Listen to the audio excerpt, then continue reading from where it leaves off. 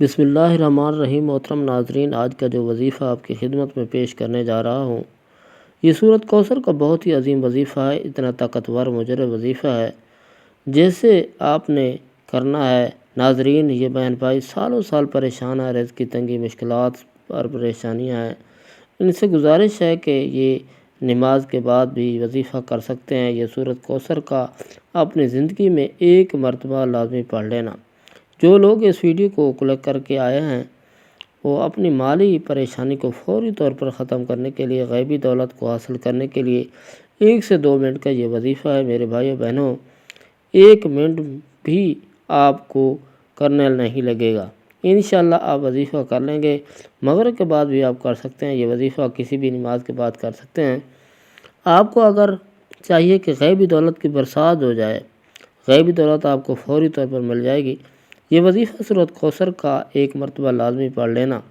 لازمی اپنی مشکلات کو ختم کرنے کے لیے، اپنی تمام پریشانی کو، پیسوں کو لے کر ہو، رزق کو لے کر ہو، دولت کو لے کر ہو، پوری دنیا میں اس وقت جہاں کہیں میرے بہن بھائی دکھ تکلیف میں، پریشانی میں ہیں، قرضوں میں ڈوبے ہوئے ہیں، قرض دار ہیں جن کی جان نہیں چھوڑ رہے، قرض دار اس کو سارا دن فون کرتے ہیں اور اس کے گھر پر آتے رہتے ہیں، وہ تمام بہن بھائی، میری مائیں، میری بزرگ، میرے بچے، تمام لوگ یہ ویڈیو دیکھ رہے ہیں۔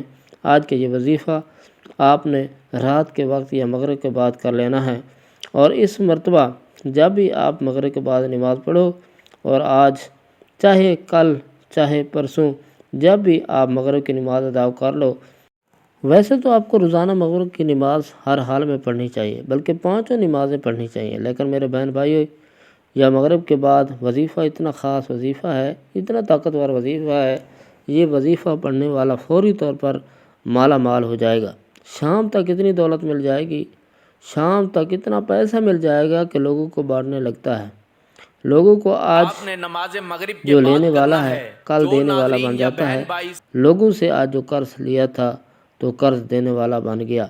اتنی دولت، اتنا پیسہ آ جاتا ہے کہ انسان خود یقین نہیں کرتا اس کے پاس اتنا پیسہ کہاں سے آیا۔ میرے بھائی، میرے بہنوں، تمام لوگ اس وظیفے کو کرتے ہیں۔ ایک شکایت کرتے ہیں کہ 2 طرح کے لوگ ہوتے ہیں۔ ایک تو کہتے ہیں کہ ہمیں فائدہ ہو گیا، ہمارا یہ مسئلہ حل ہو گیا، اور ہمارے جو مسائل ہیں وہ حل ہو گئے۔ کچھ میرے بہن بھائی ہوتے ہیں، وہ کہتے ہیں کہ ہمیں تو بہت زیادہ فائدہ ہو گیا، ہمیں مطلب راتوں رات دولت مل گئی، پیسہ مل گیا۔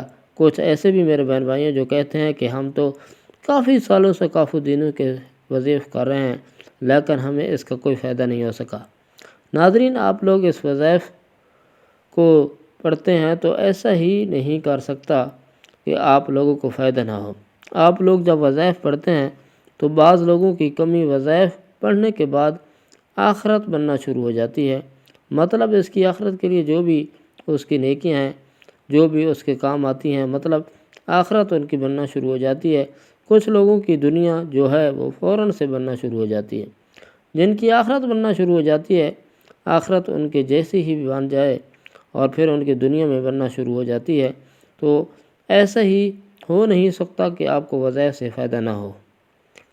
جب بھی آپ یہ وظائف کرنا لگیں تو سب سے پہلے آپ کو درود شریف لازمی پڑھنا ہے۔ کوئی سا بھی وظیفہ ہو، آپ کبھی بھی زندگی میں پڑھ لیں، درود شریف آپ پڑھیں، وظیفے کے فوائد بڑھ جائیں گے، وظائف کے جو بھی وہ فائدے ہیں زیادہ ڈبل ہو جائیں گے۔